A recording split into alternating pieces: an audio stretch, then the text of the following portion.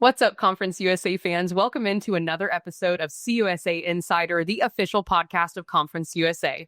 I'm your host, Sarah Rudolph, and you are here for a very special championship edition episode of CUSA Insider. Joining me here once again, we have my co-host at this point, Josh Yonis, joining us on the show to talk about the Air National Guard Conference USA Football Championship happening this Friday. Yeah, so excited. It's going to be an incredible matchup. We have a couple incredible guests to help promote this game and preview it. So excited to get into it. Yes. And before we get to that, though, got to give our games from this past weekend a little bit of love with our top 5 plays of the week. Let's get right to it. Starting at number 5. This is a good list, by the way, all the way through. Garrison Ripa's walk-off field goal to win it for the Gamecocks and send them to the CUSA Championship. Yep, I mean, just doing what he does best, hitting game-winning kicks, and probably the biggest one. I don't know. It's going to be up there with the New Orleans Bowl one. There's some pretty big ones. Garrison Ripa, he's got a leg. I mean, I hope I see that guy playing on Sundays here shortly. All right. Coming in at number 4, Coleman Bennett's receiving touchdown, juking all the defenders on his way to the end zone. Yeah, and I mean, he's just such a bowling ball, and watching anyone try to tackle Coleman Bennett is pretty entertaining TV because it's pretty impossible. I mean, let's look at this. I mean, he passes, it's got 9 defenders on his way. Everybody out there in a red jersey, he's great. It's great. Coming in at number 3, we have Devin Gandy's kick return for a touchdown. One of the 90-plus touchdowns that Louisiana Tech had on Saturday. Yeah, lots of big plays this weekend, but yeah, this was right up there with him. His second kick return touchdown of the year just, hits the sideline, and then it's over from there. And it was a good one. Their 7th win of the season there at Louisiana Tech. Yes. To finish it out. Number 2, coming in here, we've got Evan Dickens, 95-yard rushing touchdown. I mean, green grass. That's all I got to say. Yep. And I mean, just the pure speed he hits here once he gets to the open field is crazy. And this was obviously a big play for Liberty. Unfortunately, the game didn't go their way. We'll get into that one here in a little bit, but still a huge play for Evan and the Flames. And a huge month for him as well. I don't know if he's still at the top of the rush yards for the month of November, but he was sitting right up there going into this game on Saturday. All right, coming in at number 1, I have a feeling most of you know what this one is because it was wild. Andrew Burnett's 98-yard rushing touchdown. Yeah, I mean, it's crazy. The only thing better than a 95-yard rushing touchdown, a 98-yard rushing touchdown. Exactly. From a guy who looks like a linebacker. When I was watching this through the first time, I was just like, he's just not, it doesn't look right for him to be, running that way. But yeah, it was a good one. This past Saturday, obviously, we figured out who we'd be seeing in the Air National Guard Conference USA Football Championship. Jacksonville State versus Kennesaw State. They're in Jacksonville, Alabama at Amherst Stadium this upcoming Friday. But we want to talk about the 2 games that led us to this point. So we're going to go ahead and start with WKU at Jack State. This game came down the wire. Both games actually came down to the wire that we're going to talk about. But Jacksonville State wins it there at the very end with a walk-off field goal from Garrison Ripa, which we just watched. Tell me a little bit about what you saw from this game and how it kind of sets up for this weekend. Yeah, I mean, I think one of the things that I was most impressed about Jack State defensively against this WKU team, who we know what they can do on offense, especially with the success of Rodney Tisdale Jr. But Jack State allowed the fewest passing yards since October 9th, so almost 2 months. But they only gave up 180 yards through the air to the tops. WKU only had 3 pass plays over 20 plus yards. They, coming into the week, were in the top 10 nationally in 20 plus yard passes. So to be able to say that you kind of limited that part of their game is something that not a lot of folks have been able to say. And then you look at the second half, obviously the first half, it was pretty neck and neck. WKU jumped out to a big lead. Jack State kind of closed in the second quarter. But in that second half, whatever they said in the locker room really translated in the second half defensively, held WKU to 6 points, 148 total yards in the second half. So I think that's something that, with Jacksonville State, obviously we talk about Caden Creel, we talk about Cam Cook, we talk a lot of other areas about them. We don't talk a lot about their defense. And so got to give them their flowers this week. Got to give them their props for sure. And like you said, WKU jumped out early. Depending on when you turned this game on to watch, you would see 2 very different pieces of the game. I mean, there were times where I was looking at this and I was like, oh, man, WKU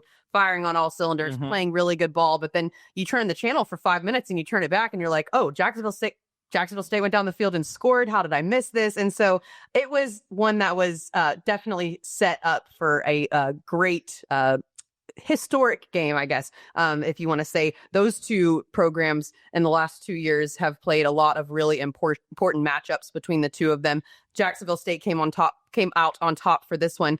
And because Jacksonville State won, we were actually able to figure out our matchup for this Friday in the middle of Kennesaw State's game versus Liberty, which was just a strange kind of scenario that happened. We talked about this on last week's show. Like, is Kennesaw State going to go in the locker room at halftime and be checking their phones? Like, are they going to know? I have no idea if they knew or not, but it was really interesting to be able to find out before that they didn't have to win their game against Liberty. Right. But they did. But they did, yeah. And I mean, Amari Odom truly willed this team to victory on Saturday. And really, you know, it's just kind of when it rains, it pours for Liberty. You know, you lose your third straight to end the season, you know, a losing season, 3 straight losses in overtime, a missed potential walk-off field goal there at the end, you know, sends it to overtime. And then, and I loved your tweet, you know, the 3 touchdowns on 3 plays. Are you not entertained? Like, that was pure, you know, that was CUSA football at its finest. That's for sure. I mean, at least I didn't have to sit through very long overtimes. Right. It was very quick, very quick succession. But yeah, and then finally Kennesaw comes up with a stop ultimately on that second Liberty possession to seal the win, 48-42 in double overtime. But yeah, Amari Odom, 14 of 23, 240 yards and 4 touchdowns through the air. He had 2 passes in overtime. Both of them were 25-yard touchdown passes. So that's just about all you can ask for from your quarterback. He is playing quite well heading into this weekend, and we'll talk about that here in a little bit. But we do have to give some mention to Evan Dickens, who we got to see there in the top 5 plays of this week. He had 43 carries for 267 yards and 4 touchdowns.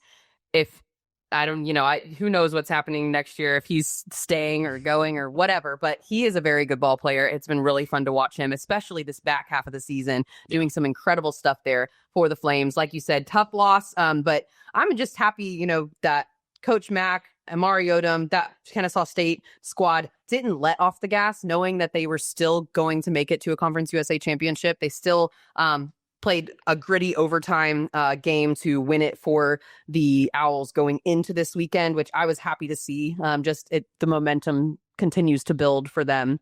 I think a loss would have, you know, he would have gotten the team up and ready to go this Friday, but I still think a loss maybe would have put him a little down, put a little dip there for a second before heading into this weekend. But the Kennesaw State front looked very good as well. Yeah. And that was one of the matchups that I talked about coming into this game, was how they would kind of win the battle of the trenches with Liberty. Just kind of looking at where both of them rank in sacks and tackles for loss. And they answered the call, 3 sacks, 7 tackles for loss in this one. And I had to go look because, you know, just as I was watching this game, I felt like they were coming up with really timely plays on defense. And even going back into the first quarter, they had a sack on 3rd and 9, forced a punt, a loss of 2 in the second quarter that led to a 3 and out, a sack on 3rd and 6 in the second quarter, loss of 11 in the third quarter led to a punt, loss of 1 on 1st and 10 in the second overtime, kind of set them back when they needed a score. And then ultimately they got sacked again on 3rd down in that second overtime. Yep. So the numbers themselves were good, but like when you really analyze like where those moments occurred in this game, they were huge. And so, you know, you might have, as the Kennesaw defense, kind of beat yourself up because, we just got gashed by 267 and 4 touchdowns by this guy. But ultimately they made the biggest plays when they mattered. So I look at what Evan Dickens did this weekend and I look at Cam Cook and I say,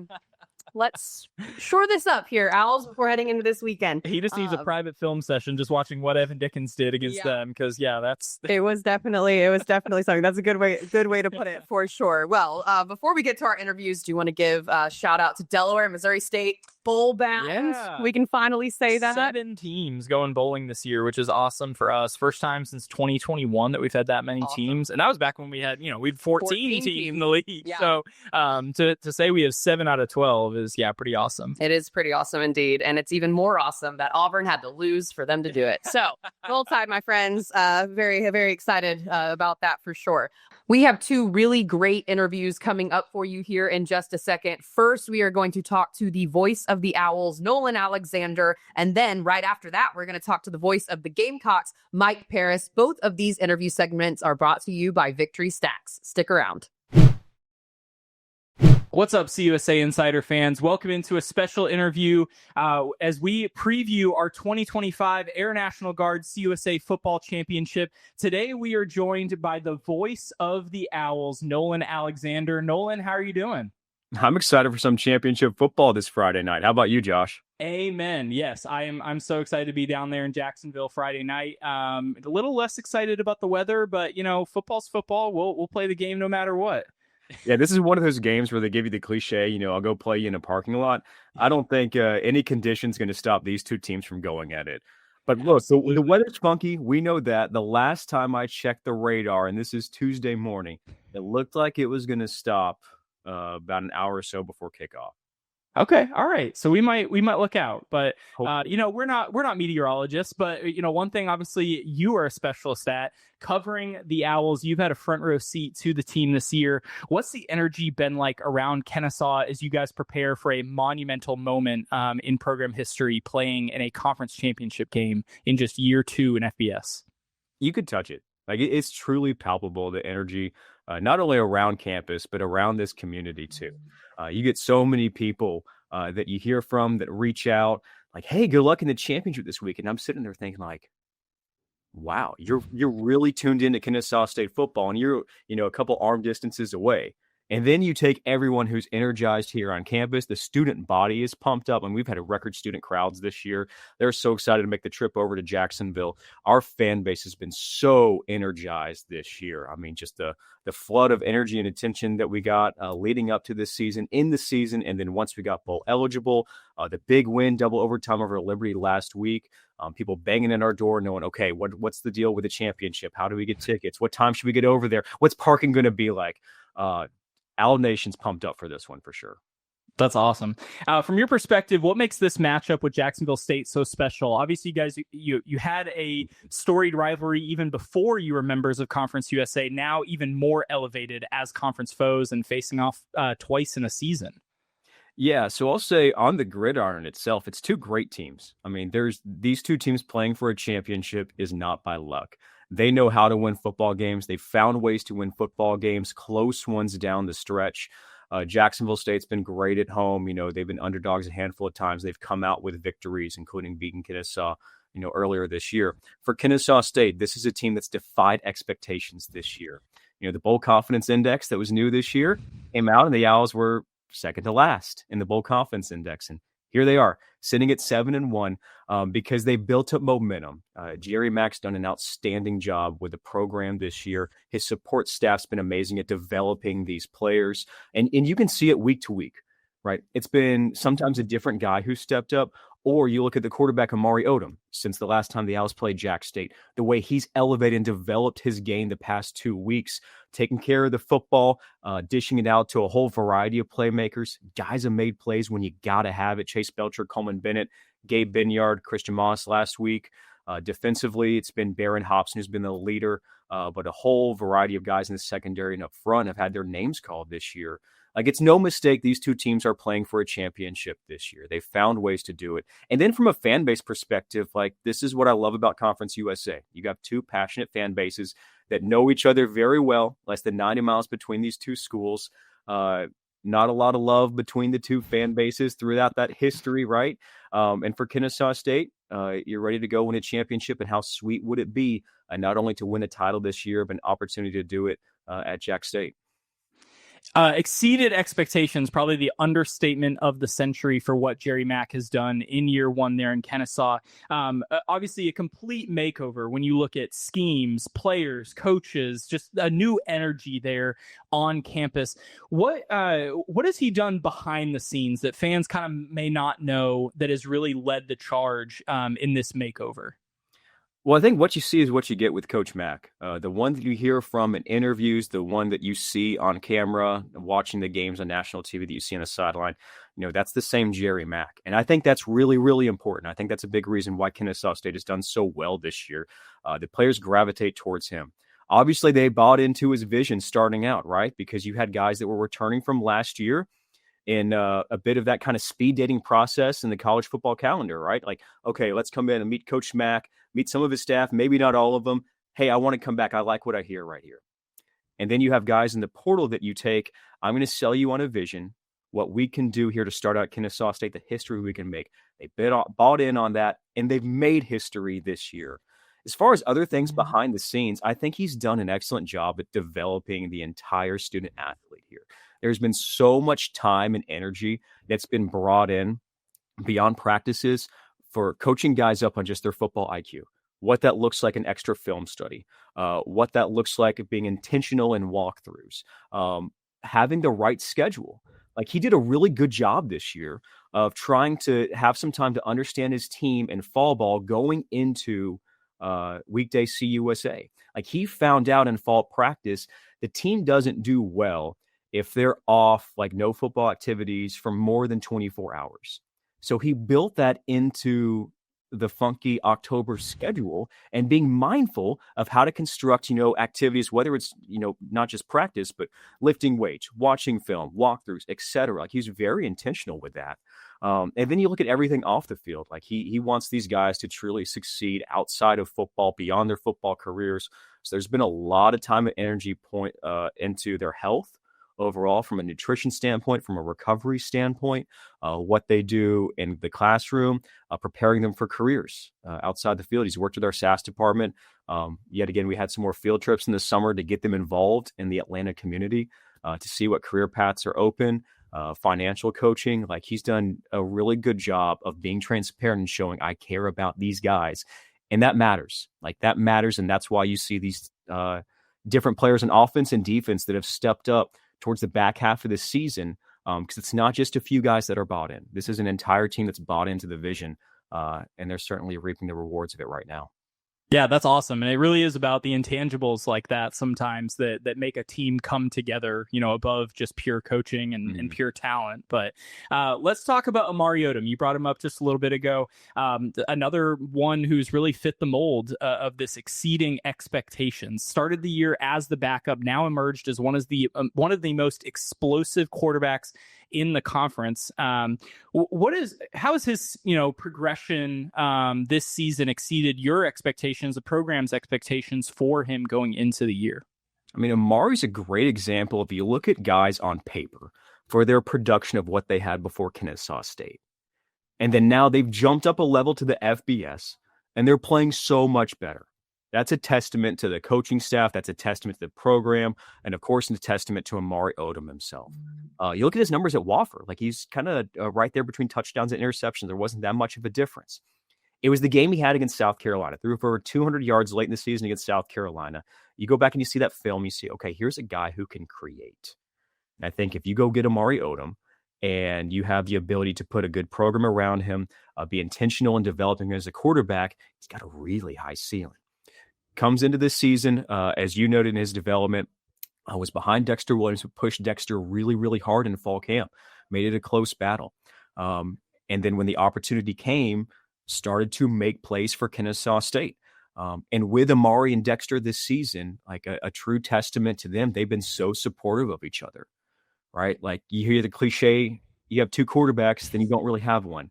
Like, that's not the case at Kennesaw State. I've never seen the quarterback position play out this way, where you have a guy and Dexter, and then Amari comes in, does well, and it's like kind of back and forth. Then it's Dexter's turn again against La Tech. He's a national quarterback of the week. He's come in multiple times, FIU against Jack State, touchdown drives. Like, you feel so good about that room. And then with Amari, as the season's gone on, you've seen him improve in his decision-making the last 2 weeks. You go back to that Jax State game, had 3 interceptions. That was a career high for him. Prior to New Mexico State the week before, he hadn't thrown an interception in conference play. You have to go back to week 2 at Indiana on a miscommunication play up in Bloomington, but he had been so good at taking care of the football. Since those 2 weeks of New Mexico State and Jax State with the 5 picks, he's turned around. He hasn't turned the ball over a single time. He's accounted for 11 touchdowns. Like, just an unbelievable improvement in him to rebound so quickly, refocus himself, and be just a true dynamic playmaker for Kennesaw State. So I've loved his decision-making this year. I've loved seeing him go out there and be confident and command the huddle. And when he plays just within the game himself, right? Kennesaw State's got enough talent up there. The offensive line's done a great job this year where he can find those playmakers. Nobody's open. He tucks in himself. Like, this offense has been so hard to stop. But I've just been so impressed with that quarterback room, not just Amari, but with Dexter too. Because you never know, right? Like, Dexter may come out there and you may have to win a championship with Dexter, and everyone's confident that you could do that. But the way that they've worked together and then Amari's decision-making to go along with his talent, it's been something special. Absolutely. Let's go back to that regular season meeting that you just mentioned. Only 2.5 weeks removed from that Jacksonville State win. What were some of your biggest takeaways from that matchup? In that last matchup, I felt like Jacksonville State took care of the football, didn't have any turnovers. Kennesaw State struggled with turnovers, especially in plus territory. Jacksonville State had explosive plays. I felt like Kennesaw State did a good job of corralling Jax State's rushing attack. Cam Cook is an outstanding running back. There's a reason he's one of the nation's best. Caden Creel has been dynamic at quarterback. There's a reason Jax State's won a lot of ball games, plays for a title because of good quarterback play, just like Kennesaw State. It wasn't really until the fourth quarter when Jax State started to have some breakaway runs. And for Creel, the Owls got to him in the backfield. They just couldn't bring him down. They had 9 pressures in that ball game, but just 1 sack for a defense that had been pretty good at getting to the quarterback. So going into this matchup Friday for Kennesaw State, you got to clean up the turnovers, which they've done an outstanding job of the last 2 weeks. Haven't turned the football over. Great decision-making by Amari Odom and the offense. Explosive plays. Kennesaw State was outgained in explosive plays on the road at Jax State. They did a good job of getting a lot of explosive plays through the air. So you want Kennesaw State to be able to do what they've done the past 2 weeks, pick up those big chunk plays. They've shown they can sustain drives. Against Jacksonville State, they played back up a little bit, wanted to see if KSU could march down the field. Al struggled at times. They've answered the call the last 2 weeks, Missouri State and Liberty. So you feel better about that part of the game. And then going back to the rush defense, they played some really good running backs the last 2 weeks, Shamari Lawrence and Evan Dickens. So you go right back to Cam Cook and Caden Creel. And with that, you got to tackle. You really got to tackle. You got to wrap those guys up. Again, I feel like the rush defense did a lot of good things early on against Jax State. Struggled a little bit in the fourth quarter. So, Jax State's going to come out firing, get your rush defense ready. Try not to give it those explosive plays, take care of the football. It's a pretty good recipe. See, and this is why we bring the pros onto the show to give you the full breakdown and all the things to watch. But one last question on this game specifically. Is there a matchup that you're looking at that you feel can really swing this game one way or another? It all starts at the line of scrimmage. The KSU offensive line answered the call last week against Liberty, taking on the best rush defense in the league. A team, again, that had played really well, just kind of snake-bitten in their last few minutes of games, honestly, losing in overtime 3 weeks in a row. Offensive line answered the bell after struggling a little bit against Missouri State. So here, you've got an offensive line unit led by JT Pennington, a 3-time Conference USA Offensive Lineman of the Week, former Jax State Gamecock. He's going to come in pumped up for this one. Josiah Chenault's been a steady force at center this year, been really good in pass protection and good grades from PFF. Good job getting the calls lined up for KSU. Brandon Best has probably been one of the best graded offensive linemen in all of Conference USA. And then your tackles, J.D. Lee and Nikola Milovitz. We're going to have to do a good job. They've done a good job this year. Good job with the pass pro against Jacksonville State. Starts up from the offensive line. And then, as I talked about, a key, the rush defense for Kennesaw State. They've been so good in their depth up front this year, rotating guys in and out.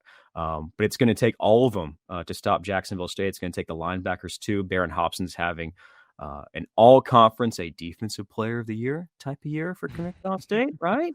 And then Taiwan Christopher, in the absence of the injured Garland Vineyard, has really stepped up as a freshman. The front offensive line, defensive line, Jack State's got excellent O-lines and D-lines. Like, that's going to be a tough battle for the Owls. They're up to the challenge. They did well against Jacksonville State in both regards. Rushed for over 200 yards in the previous matchup. Defensive line, they had pressure, just struggled to finally wrap up. So I think it's all going to come down to the men up front. You're trying to, pry some info out of me. I'm not the one that picks these things. So I got until 5:00 today to see how the chips fall, but I don't think that prediction is too far off. But beyond the obvious, what would this championship, a potential championship, mean for the program, the university, and the fan base? Belief, made for the moment, right? Kennesaw State is a fast riser. It's in its DNA. This is the winningest startup in college football history. This is the quickest program to go from one win to March Madness ever. This is a team that played for a Division II national championship in soccer in its second year. It's a team that won multiple national championships in softball and baseball when the program was very young in the 90s. Like, track and field just went up last year, knocked Liberty off of the indoor championship for the first time in almost 30 years. It is in Kennesaw State's blood to defy expectations. It happens over and over again. This is a school that opened up in the 60s. Look at it now. It's in 2025, 60 years later, one of the highest enrolled schools in the state of Georgia. FBS, Conference USA, R2 institution. Who would have thought that in the 60s? Who would have thought going into the season Kennesaw State would be the Conference USA football champions? That's what happens at KSU. The Owls routinely, doesn't matter what it is, defy expectations. So it's in their DNA to go win one on Friday. It would absolutely continue to energize this community on campus, Cobb County, Metro Atlanta, taking notice, right? And the sky's the limit for KSU. You go to the FBS, you jump up year 2, you play for a conference title, no matter how it shakes out Friday. What's next? Rocket continues to rise here at Kennesaw. Man, I legitimately have chills. I bet you guys can't tell that in addition to his play-by-play duties, Nolan heads up the communications department there at Kennesaw State, doing a stupendous job of summarizing all of the amazing things going on there in Kennesaw. Nolan, thank you so much for coming on to the podcast. Excited to see you Friday night in Jacksonville and ready to get this game kicked off, man. Me too. I'm going to take one moment here, steal just a little bit more of your podcast time. Sorry to add on. Sorry to add on to your editing duties, Josh. I do want to shout out for those here at Kennesaw State that have worked behind the scenes, a part of this football program this year. First and foremost, you credit the players and you credit this coaching staff. With that, been able to tell this story this year. I feel like our units have done an outstanding job getting fans to the games, promoting this program. Our communication staff, Andrew Clausen, Michael Pitts, who is with us for most of this season, from the creative side, they've blown it out of the water. Like, I've loved our creative content. Brian Dykstra, Peyton Size, Dave Williamson, a whole crew of interns this year have really made all that magic happen. Our marketing department has worked their tails off getting fans to game this year, having multiple sellouts, setting an attendance record. Jacob Dye and Ryan Moore, Sean Betts with ticketing, has been working the phones, all year long. They've done such a good job. And then when we get to do the broadcast, the E+ broadcast at home, Sanders Sullivan, Brandon Bedford have led that crew, put on some of the best shows that we've had in all my time here at Kennesaw State. And then last but not least, the broadcast crew, Caleb O'Neill, Brandon Sutton, Bryce Gobert, Matthew Downing, Andrew Sellover. We have a lot of fun in the booth. Like, we have the easy job. We get to go up there and hoot and holler and have some fun. But I want to shout all those guys out and for what they've done this year to help promote the program. There are a lot of the unsung heroes behind what the coaches and the players do. Y'all know that. Y'all do an outstanding job at Conference USA of doing things like this, promoting our schools. But I want to make sure I give them some love because they don't get a lot of it, and they've really, really worked hard this year. Yeah, super well deserved, and appreciate the kind notes our way as well. And I can certainly echo a lot of the sentiments to the team there at Kennesaw for putting on some amazing broadcasts, for putting out amazing content to help tell the story of one of, if not the most incredible turnaround in college football this season. Again, Nolan, thank you so much. And yeah, let's get this game going. I'm excited. Hooty hoo. See you Friday. All right, Conference USA fans, joining us now from Jacksonville, Alabama, we have the voice of the Gamecocks since 1983, Mike Parris, joining us here on CUSA Insider. Mike, thank you so much for joining the show today. We are so excited to be headed back to Jacksonville in just a few short days. Thank you, Sarah, and thanks for having me. We're looking forward to Friday night. Yes, we are as well. And that is, my first question for you. You've been with the program for a long time. 43 years you've been the voice of the Gamecocks. You've seen a lot of stuff down there when it comes to that program. What is it like to be hosting a CUSA championship in back-to-back years? Like, what is it like there on campus right now? What's the atmosphere? Well, first of all, the students are excited because we're starting finals this week, so Christmas break is here, so they're excited about that for one thing. This is pretty neat. I got to tell you, going all the way back to 1983 when I started doing this, I didn't think we'd be here today, quite honestly. It's been a great run for us. We got to host last year. We've had tremendous success so far in making the move to FBS football. And obviously, it's great for the program and great for our fans. A lot of excitement. Hopefully, the weather's going to cooperate when it's all said and done. That's my only concern. But yeah, it's everybody's excited about doing this for the second straight year. For those who have not looked at the weather forecast yet, 40s and rain in the forecast for kick time on Friday evening. We'll see if that sticks around. I don't know. I'm a Alabama person myself. I know James Spann is going to be doing some weather dance or something for us down there in Jacksonville to make sure we have a good weather at kick. But let's talk a little bit about head coach Charles Kelly here for a second. He takes over after the Rich Rod era, coming off of a CUSA championship victory last year. What has it been like for the team just rallying around him and really starting to stick to his system to get you guys back to a CUSA championship again? I would call it a perfect fit, quite honestly. First time he's been a head coach at any level. I knew him from his days here as an assistant when he first got started back in our Division II days here at Jacksonville State. And he's a guy very personable, a lot of interaction with with the guys, with the players and his team. And I think that's a part of the success that we've had. He's been noted throughout his career at all levels as a terrific recruiter. And it's been fun to watch this team grow and progress as they have throughout the season. All right, Mike, I'm going to ask you to be honest here a little bit, because I think when maybe some outside people looking in look at this Jacksonville State program coming in under the first year under Charles Kelly, they may not have had this high of expectations for you guys to make it back to a CUSA championship in his first year as a head coach. For you, are you surprised at all to be where you're at right now, or did you see it coming from the very beginning?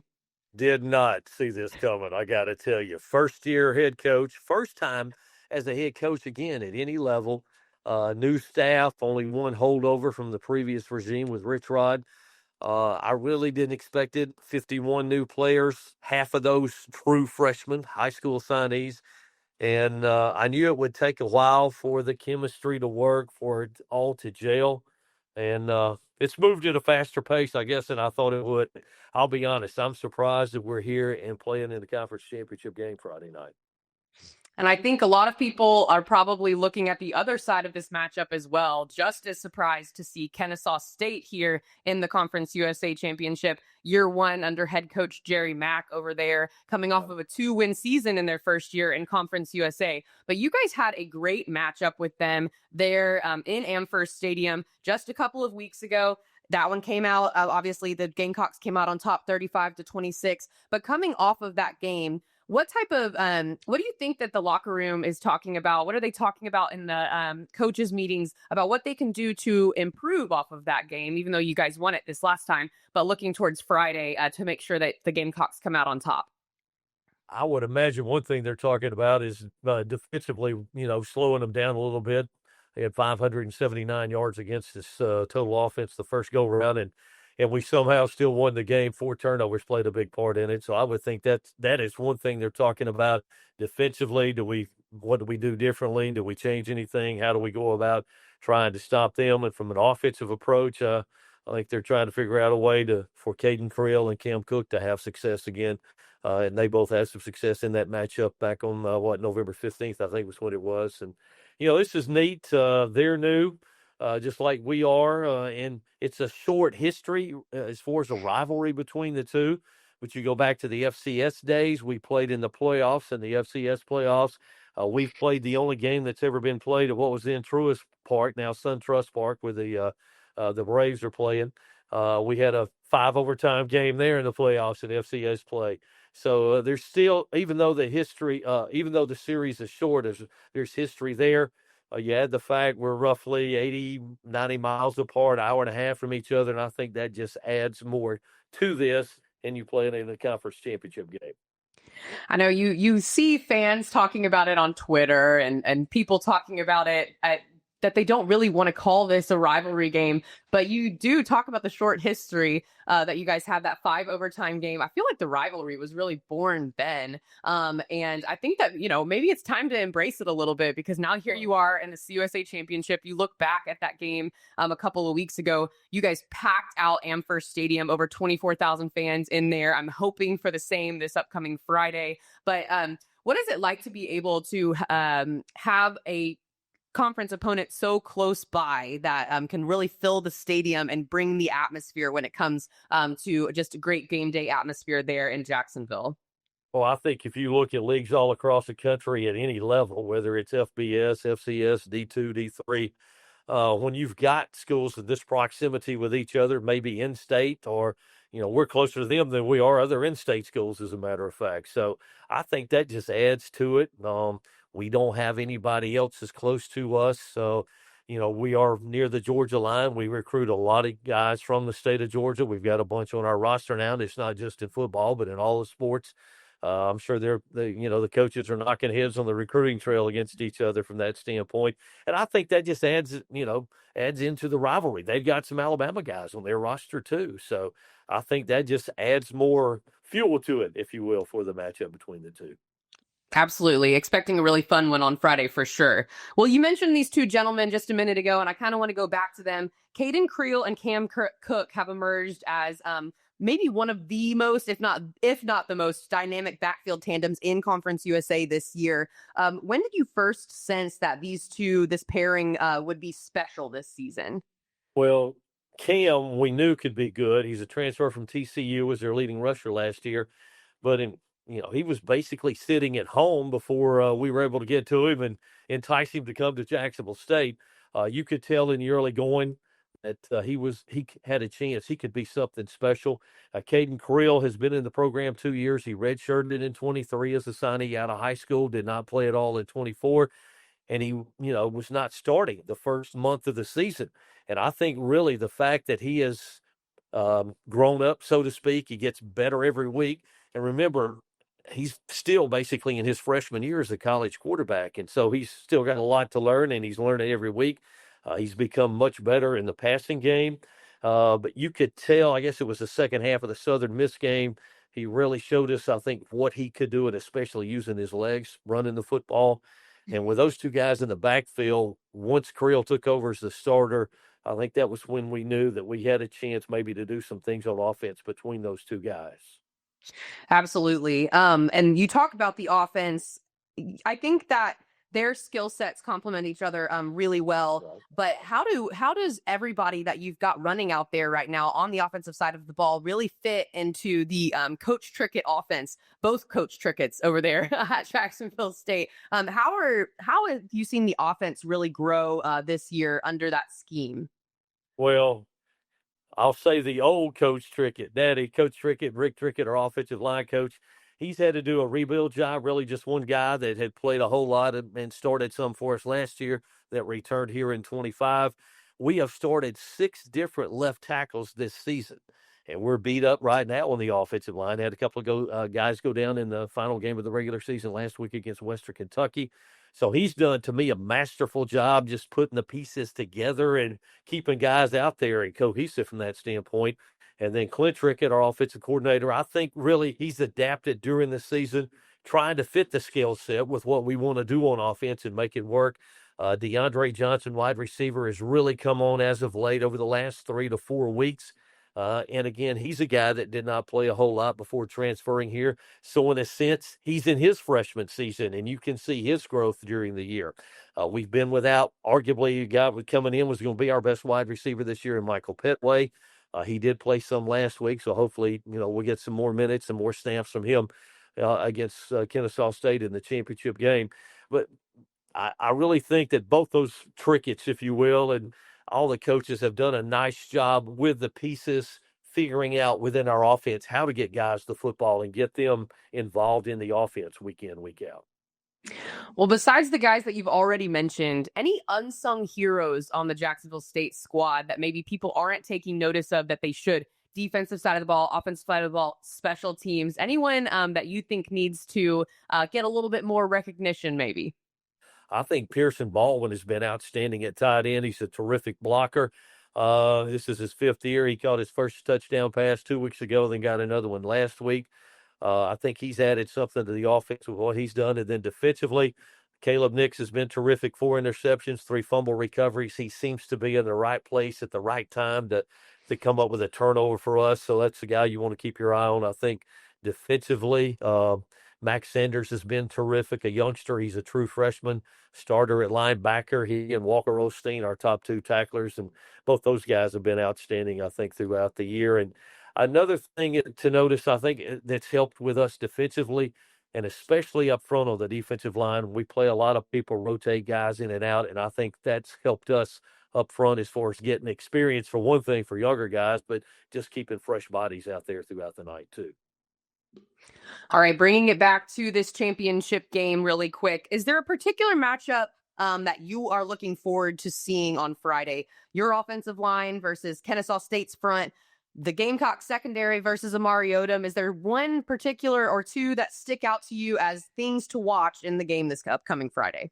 Well, I think it's basically offensively the Kennesaw offense against our defense entirely.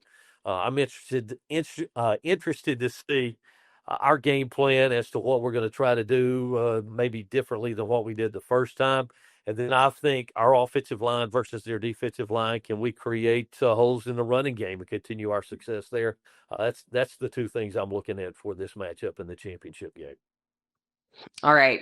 Final question for you. Beyond the obvious, what would winning a CUSA championship in back-to-back years mean for this Jacksonville State program, the players, the coaches, the fans, the personnel and staff there? What does it mean to you, who has covered Jacksonville State for 43 years also, to win a back-to-back championship?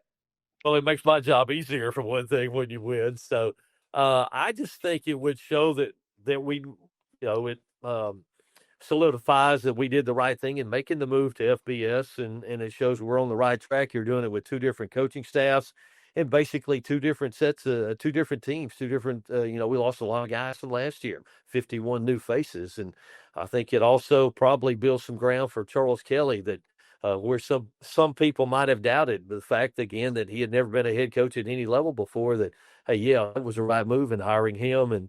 And again, it just adds to the tradition that we've built here at Jacksonville State through the course of time. Well, we are very excited to be back there in Jacksonville this upcoming Friday. Mike, we look forward to hearing you on the call, and thanks so much again for joining us. Thank you. Greatly appreciate the invite. Look forward to seeing you folks, and hopefully we'll have a classic here Friday when the matchup in the championship game. Thanks, Sarah.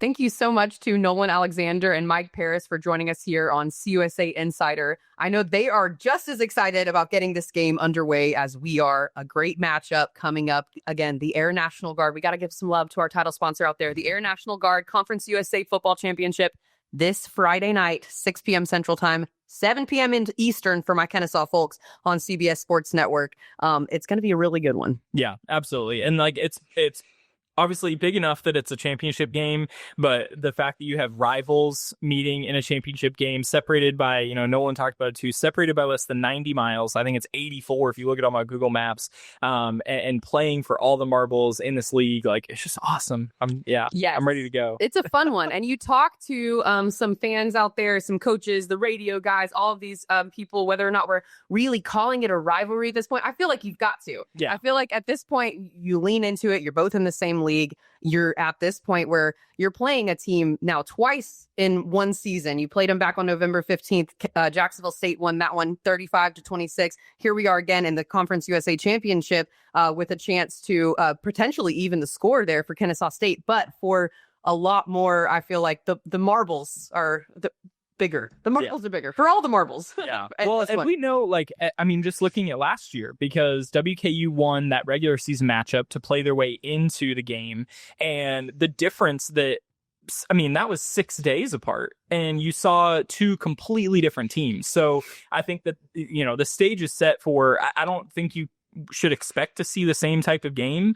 I think Kennesaw, not that they're going to come out and win 52-12 like Jack State did last year, but just to point out that, like, again, when you play a team twice, anything can happen. Yes. And during Coach Kelly's press conference that we had here in the office, he got a great question about what it's like to play the same team twice in the same season. But he said, it's really not the same team twice in the same season, because regular season and postseason are very different. So take a look at what he had to say. You know, I think when you compete, you go into the game, you know, and I'm sure Coach feels the same way, that when you play, this is a different game, you know. And listen, if you have aspirations of playing in the NFL or coaching in the NFL and you're going to be successful, you got to play teams twice.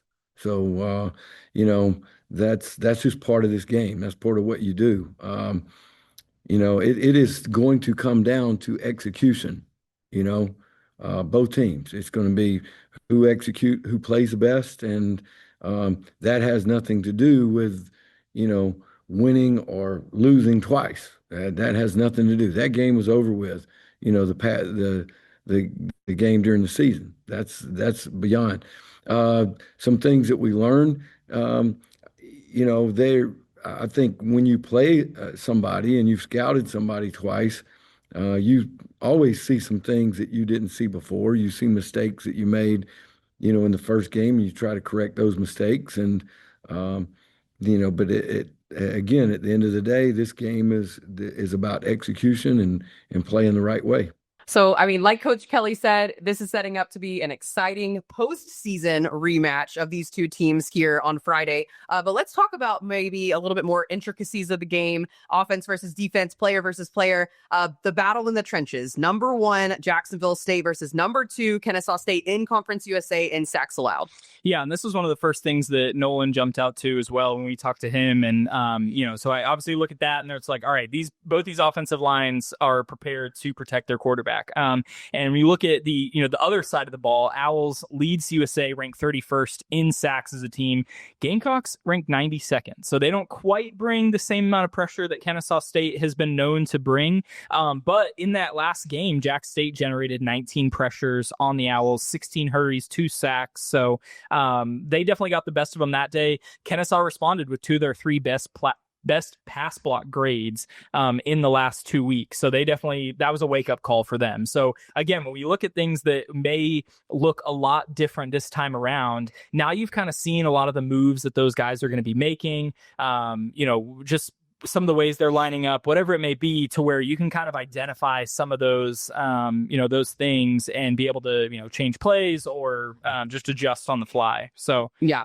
Absolutely. And when you look to, I think another thing we talked about earlier was Jacksonville State's rushing offense versus Kennesaw State's rushing defense. We said, you want to know how to beat Kennesaw right there? Go out, watch what Evan Dickens did this past week. And when you look at what Cam Cook has been doing all season, this is going to be a matchup to watch for sure. Yeah, and Cam Cook, Caden Creel definitely teamed up for a great performance against Kennesaw in that first meeting. 267 yards and 3 touchdowns between the two of them. They had 9 rushes over 10 yards in this game. But until the fourth quarter, and Nolan brought this up too, the Owls had only allowed 4 rushes over 10 yards. So they had largely contained them for this game until the game just got a little bit out of hand. And, you know, the other thing that I don't know that I had planned to talk about, but I know we talked about this internally, was you look back at that Caleb Offord injury during that game, I wonder how much of a mental toll that took on the team, just because you watch a guy leave the field like that, that's jarring for you as a defense. So I think maybe just the guys were a little, off from then on. And so maybe that led to some of the things kind of unraveling towards the end of the game. So, now that he's thankfully back on the field, hopefully he'll be healthy and ready to go in this one too. That'll be one to watch. Yes, absolutely. Definitely a difference maker there for sure. One of the other ones that I feel like I haven't caught on to as much just watching these two teams this season is the explosive play ability of Kennesaw State versus the Gamecocks allowing a lot of that. Yeah, and I will say that, and I wish I could see a breakdown of like their explosive plays by quarter, because I feel like it's always the first quarter. We talked about this a lot with Kennesaw State. I mean, their ability to start the game fast has been unlike anybody else in the league. And, you've seen so many times this year where they jump out to a, 14, 17 nothing lead in the first quarter. And, they'll let a team back in towards the end, whatever. But their explosiveness behind Mariota, in that offense as a whole is definitely one of the top in the league. And in that first meeting, they had the edge, even with Jack State adding on those late big runs. Kennesaw State edged them in explosive plays 14-12. So they need to continue to do that. All right, more explosive plays out of the Owls this weekend would be a key to victory if we want to slide that in there. All right, let's talk about the turnover battle a little bit here. We'll talk about a certain gentleman for the Owls who had a lot of turnovers there in a game against the Gamecocks as well here in a second. But talk to me a little bit about that. Yeah, I mean, a very uncharacteristic game for Mariota in that first meeting. They had 4 interceptions as a team. And Jack State just continually this season, they're top 25 in the nation in turnovers lost and turnovers gained. So they win this battle regularly. And unfortunately for Kennesaw, that has been the case. 53rd in turnovers lost, 102nd in turnovers gained. So you look just the season as a whole, they're already down 2 in the turnover battle. But that's going to be the biggest need for attention, I think, among Kennesaw is, all right, we need to shore up some of these mistakes because you're definitely not going to win a game. Honestly, the fact that you threw 4 interceptions and you only lost the game by 9 points the first time around, doing decent. Not bad. Like you were still in a good spot to compete in that game and had those. You look at where those interceptions happened too. I mean, they were total game changers. We kind of dove into that when we recapped that game a couple weeks ago. But the biggest thing that, again, we talked about how their pass protection has bounced back in the last couple weeks. Mariota himself, I think, largely because of that, has had a little bit more time to work in the pocket, and since that game, 11 touchdowns, no turnovers. And Coach Mack in his press conference shortly after Coach Kelly addressed that as well. Here's what he had to say about it. So proud of the way he has really attacked everything that happened to him after that game. When you look at statistically against Missouri State and against Liberty, I think Amari's counted for almost probably 11 or 12 touchdowns since that debacle at Jacksonville State. But that is what growing up. That was becoming a young man. That's what it's all about. Learning from your mistakes. And he is really ahead of the curve, and he's understanding that at a very young age. He went back to the film room. He attacked the days, the process, all those good things that we talk about, making sure that you're the best version of yourself. So I think he is ready for the moment now. He probably felt like, or we felt like he was pressing a little bit because of the magnitude of that game. You take away those 3 interceptions, that he did some really good things with the ball in his hand. Heck, he gave us a chance to be in the game in some difficult situations. But it was just in those critical moments, he was pressing a little bit too much. So we talked about just calm down, just play your game. His game is plenty good enough to go out there and beat a lot of people in the country. Good stuff there from head coach Jerry Mack. We will definitely have to see what we get out of Mariota this upcoming Friday. I'm excited to see this matchup once again. We'll talk about that here in a second. But last final point, I guess, that we need to make with these two teams is the first half scoring ability of both Kennesaw State and Jacksonville State. Yeah, and that's what I'm most interested to see. I think a lot of the game is going to be told in that first half because as I mentioned, Kennesaw State very prone to quick starts. They're top 12 nationally in first quarter scoring and first quarter score differential. But you go back to that first meeting, they were tied 7-7. So I think because Kennesaw State couldn't quite get out of the gates the way they wanted to in that one, it just allowed that, they were constantly playing from behind, and that's just something they're not used to doing. And so then you look at Jacksonville State, and their biggest, the biggest thing that jumped out to me is their second quarter scoring differential. And we saw it against Western Kentucky too. They were down 21-7 at halftime. It's 28-24. Right. And then they ultimately take the lead right after that. So seeing if they kind of ping pong like that, just to their strengths this year, is what I'm looking for. They outscored the Owls 15-3 in the second quarter of that first meeting too. So they were able to kind of control the narrative in that area while Kennesaw wasn't able to. So I think that was a big piece of the game. So yeah, that halftime score is going to be very telling, because it's like, all right, who got a chance to control the game that they wanted to, based on how they have all year. Yeah, it definitely will be very telling indeed. All right, I'm going to put a pause on the championship talk here for just a second. We're going to talk a little bit of volleyball, and we're going to come back to the championship. Josh and I are going to make some score predictions here at the end of the show, so stick around for that. But we can't get through this show without mentioning our volleyball teams who have clinched berths into the NCAA tournament. 2 teams from Conference USA will represent us in the tournament. So let's talk a little bit about that. Yeah. So first off, WKU, the conference champions, they earned the number 7 seed in the Nebraska quadrant. They'll face Marquette on Friday afternoon, at 3 p.m. Central in Louisville.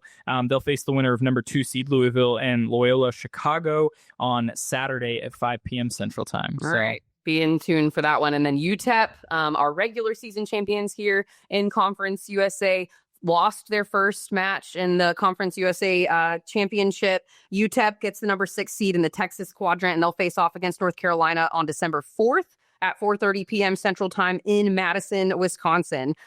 They face the winner of Wisconsin, number 3 Wisconsin and Eastern Illinois on December 5th at 7 p.m.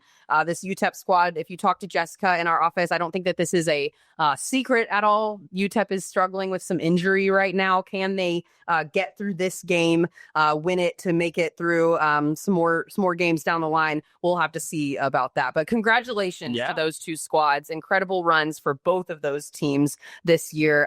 And we can't wait to see what they do in the tournament. All right.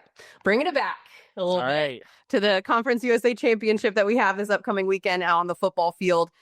So we have a great matchup that has been set up. I mentioned it if you follow me on Twitter.